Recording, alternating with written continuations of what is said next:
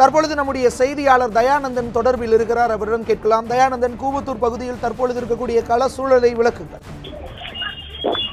தேவேந்திரன், இப்போ பாத்தீங்கன்னா அதிமுக பொதுச் செயலாளர் சசிகலா அவர்கள் தற்போது ஒரு 3:45 மணி அளவில் கிட்டத்தட்ட ஒரு 5 நிமிடத்துக்கு முன்னால் வரைக்கும் இந்த காஞ்சிபுரம் மாவட்டம் கூவத்தூரில் தங்க வைக்கப்பட்டிருக்கிற எம்எல்ஏக்களின் சொகுசு விடுதிக்கு தற்போது வருகை தந்துள்ளார். இந்த வருகையானது மிக முக்கியத்துவம் வாய்ந்ததாக கருதப்படுகிறது. அதாவது சமீப காலத்தில் பாத்தீங்கன்னா தமிழக அரசியல் பெரிய பரபரப்பான சூழல் நிலவிட்டு வந்துட்டு இருக்கு.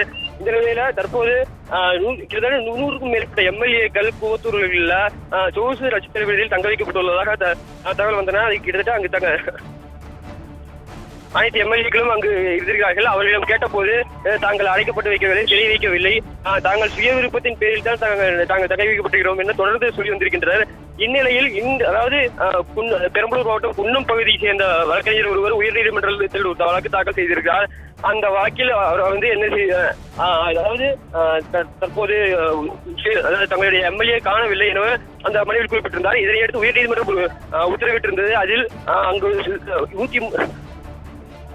காணாமல் போனதாக சொல்லப்படும் அந்த 100க்கும் மேற்பட்ட எம்எல்ஏக்களை இங்கிருந்து விசாரித்து உயர்நீதிமன்றத்தில் தெரிவிக்க வேண்டும் என நீதிபதிகள் தகவல் தெரிவித்திருந்தனர். இந்நிலையில் அதனை அடுத்து இன்று காலை கூவத்தூரில் அந்த சொகுசு விடுதியில் 10க்கும் மேற்பட்ட குழுவினர் ஏடிஎஸ்பி தமிழ்செல்வன், காஞ்சிபுரம் மாவட்டம் டிஎஸ்பி உள்ளிட்ட பல்வேறு நபர்கள், தாசில்தார் உட்பட்ட 10க்கும் மேற்பட்ட நபர்கள் அங்கு வந்து ஆய்வு செய்தனர்.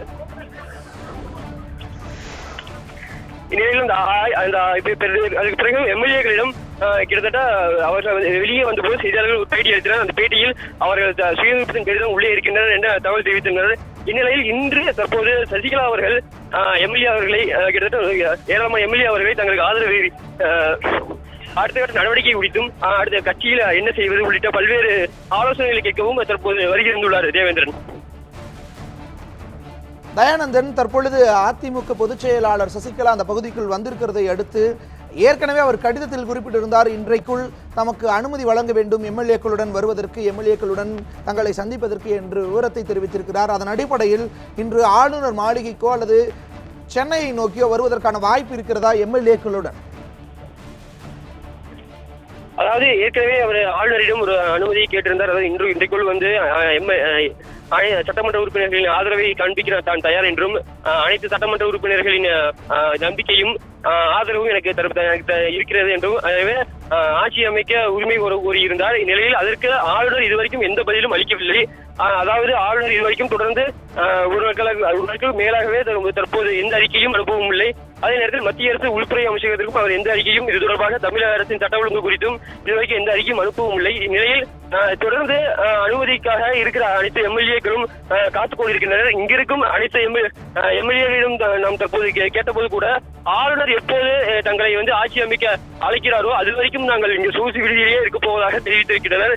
இந்நிலையில் அதாவது ஆளுநரை சந்திப்பதற்கு வசதியாக இந்த சொகுசு விடுதியில் தங்கியிருப்பதாகவும், அதாவது எம்எல்ஏ ஹாஸ்டலில் தங்கியிருந்தால் தங்களுக்கு எதிர்த்தரப்பிலான ஓ பன்னீர்செல்வம் அவர்கள் தரப்பில் இருந்து தங்களுக்கு தொடர்ந்து மிரட்டல் வருவதாகவும், அதனால் தான் தாங்கள் இங்கு தங்கியிருப்பதாகவும் அவர்கள் வாக்குமூலத்தை செய்தியாளர்கள் தெரிவித்திருந்தனர். நிலையில் இன்று தற்போது சசிகலா அவர்கள் தற்போது பார்க்க வந்திருக்கிறார்கள். அதாவது ஆளுநர் ஏதாவது அனுமதி அளித்தார் என்றால், சட்டமன்ற உறுப்பினர்களை காண்பிக்க வேண்டும் என்ற ஒரு அனுமதி அளித்திருந்தார் என்றால் அவர்களை அசம்பிள் செய்வதற்காக, அதாவது ஆளுநர் மாளிகையை கொண்டு செல்வதற்கான வாய்ப்புகள் தற்போது இருக்கிறது.